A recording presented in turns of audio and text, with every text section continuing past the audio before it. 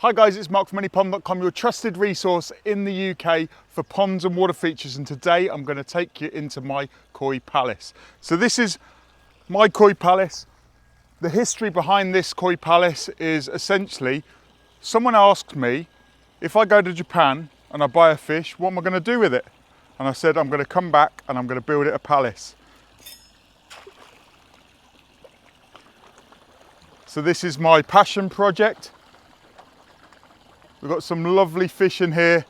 The biggest fish in here are around about between 70 and 80 centimetres. The pond's 90 centimetres deep, so they can actually stand on their tail and they've still got water underneath. It's not like a traditional koi pond that would be 4 foot or 6 foot deep. So we're like traditionally in a koi pool, then you want to have it 120 centimetres to 180 centimetres, where this is actually 90 centimetres deep. But as you can see, perfectly happy for the koi that are in here. This particular feature is filtered by a wetland filter, and this is a wetland filter. This is your filtration system. There's no UV. You've got 4 pumps. That's it. Underneath here, we've got 40 tonne of gravel, and that's what filters the water. And as you can see, the clarity of the water on here is amazing. Luna loves going in and she loves playing around. This is the warmest water, believe it or not, in the koi palace. And there's a lot of plants in here. We're growing more plants. It can cope with more plants, but we've got the copper goblin, we've got some lysocytum, some irises, we've got my favourite down here, which is Lavigata var. We've got some other Lavigatas elsewhere. The water percolates up through the gravel, and at the back there, those 2 plants there are on top of the centipede, which is the sort of like the mechanical mechanics of the wetland filter. So essentially what you've got is you've got a big area where the water comes up through the gravel. So it's not like your traditional koi pool filter. It's essentially, it's a filter that you can enjoy 365 days a year. You don't need to keep a lot of attention on this particular filter system. Yes, the downside of it, it's not suitable for everybody because of the size.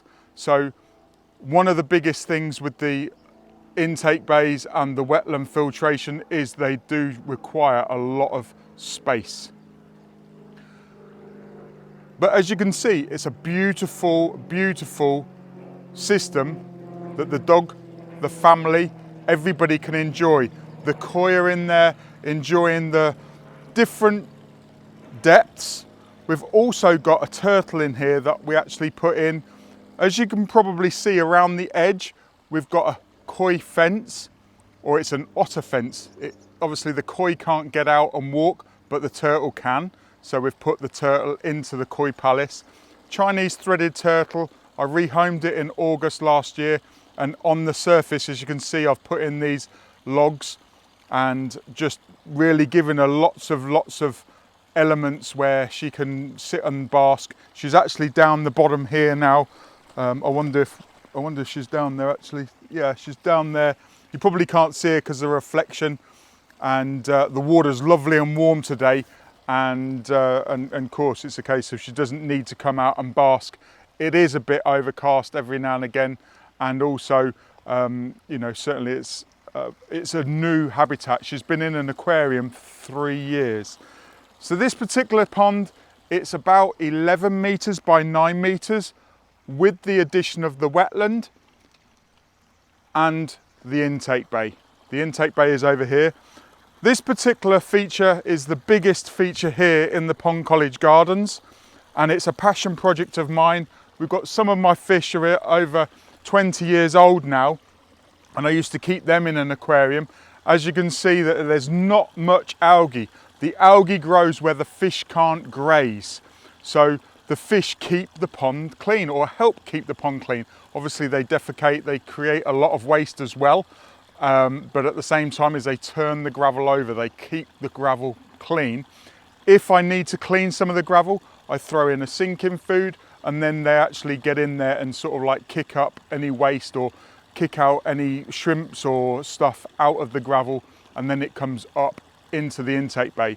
What we've got here is we've got the intake bay, which is where all of the water is actually flowing. As you can see, I've got a piece of wood in there, and that keeps the torque on the actual surface. So Luna loves standing in the intake bay because it's probably the warmest part, because obviously all of that shallow water is being pulled to that one area. She's going to come around now and she'll demonstrate. She'll jump over the board, or maybe not. Yeah, there she goes.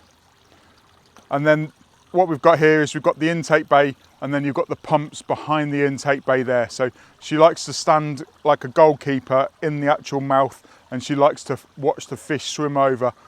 The wood is temporary, so I can actually remove that as the pond goes up and down with evaporation. I can remove that board, but when it's full like this, I leave the board in, so it creates more of a torque. And as you can see, there's a lot of scum and bits in the actual sort of like the mechanical side of the filter.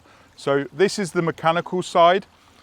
If you've got a smaller pond, this would be your skimmer box.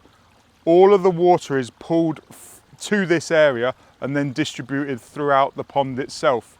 So when you're sort of like talking about technicalities, you don't want to be pulling all over the place. We haven't got any bottom drains in here.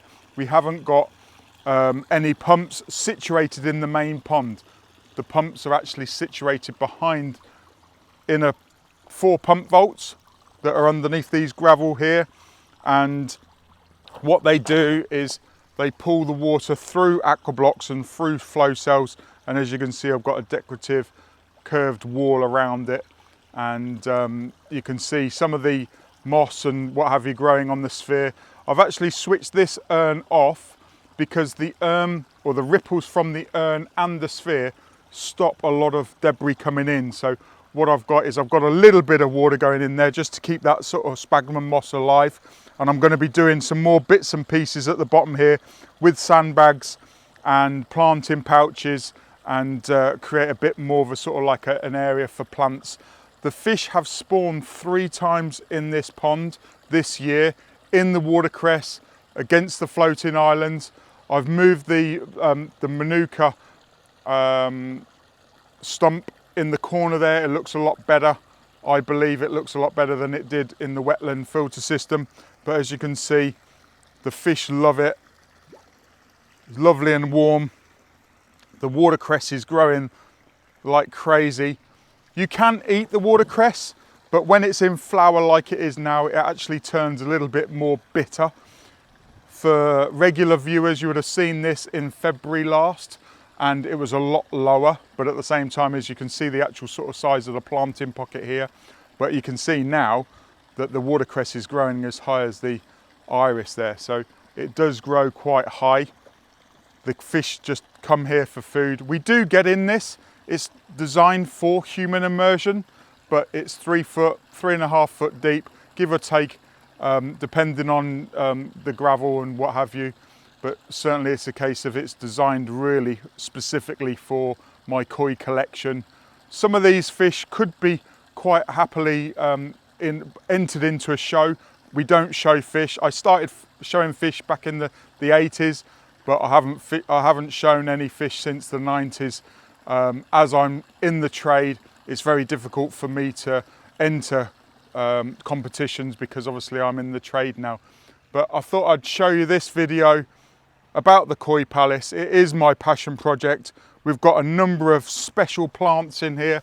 Have a look at these marsh orchids. There's some special plants.